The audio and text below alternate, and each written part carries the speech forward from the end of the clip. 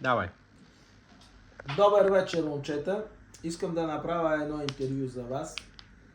Да се опитам да ви предпазя от някои женски трикове, манипулации, както искате да ги разберете. Вие, значи, когато една жена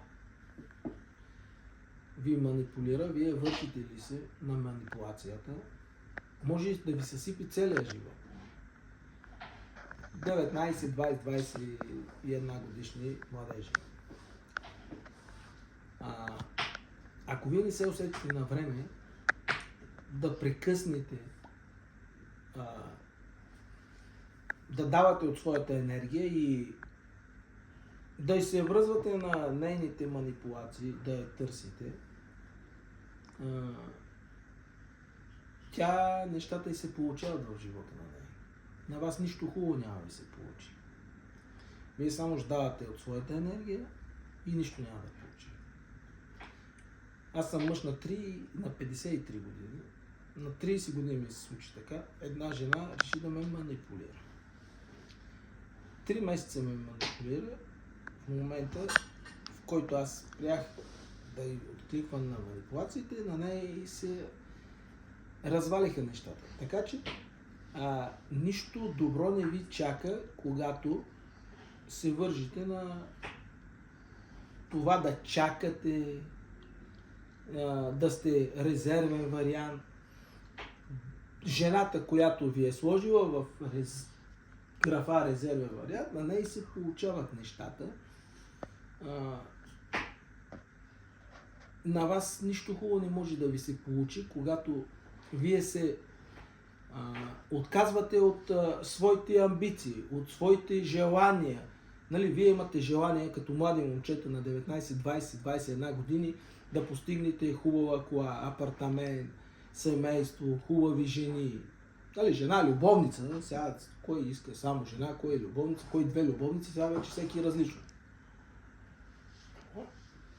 Според желанията и потребности. Но вие ако се фокусирате върху тази жена, която ви е сложила в глава резерва, вие си стоите резерва, може да си стоите резерва, тя си има семейство, си има деца, бизнес, тя си има и мъж, си има и любовник. А вие нито жена ще имате, нито семейство, нито бизнес, нищо няма да имате. Вие сте си цял живот резерва. Вечната резерва. И тя ще храни от вашата енергия и на нея ще й върви. Така че не изпадайте в това положение. Аз бях, обаче съумях. Не слушайте само сърцето. Сърцето лъжи. Сърцето лъжи, защото ако слушате сърцето, сърцето ви води където обичате. Слушайте разума. Разума премисля, слага нещата на кантар и казва, тук всичко е свършило. Тук тя, ако искаше да бъде с мен, щеше да направи това, щеше това. Тя не го направи, значи аз нямам място да чакам там. Никога няма да стана основен играч или основен в нейния живот. Така че, ако аз се бях подвел, сега нито семейство щях да имам, нито хубава жена, нито хубави момчета, нито щях да съм успял в бизнеса. Нищо нямаше да съм постигнал. Зато и не се подвеждайте, когато усетите, че една жена ви използва като резервен вариант. Това не носи до нищо добро за вас. Това носи добро за нея. За жената ли, момичето, нали, защото вие сте по-млади от мен, позитиви. Това е от мой личен опит. Аз се откъснах и успях.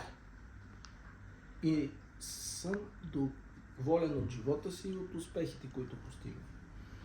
И за това ви казвам, слушайте разума, не сърцето в живота. Разума, каквото ви каже. Сложете нещата на кантар. Какви са плюсовете, какви са минусите, ако остана резерва, какво бих постигнал и какво бих загубил. Но аз ви казвам, остават ли ви резерва? Минусите са много повече от плюсовете. Това е. От мене. Който разбра, който не, да е. Айде.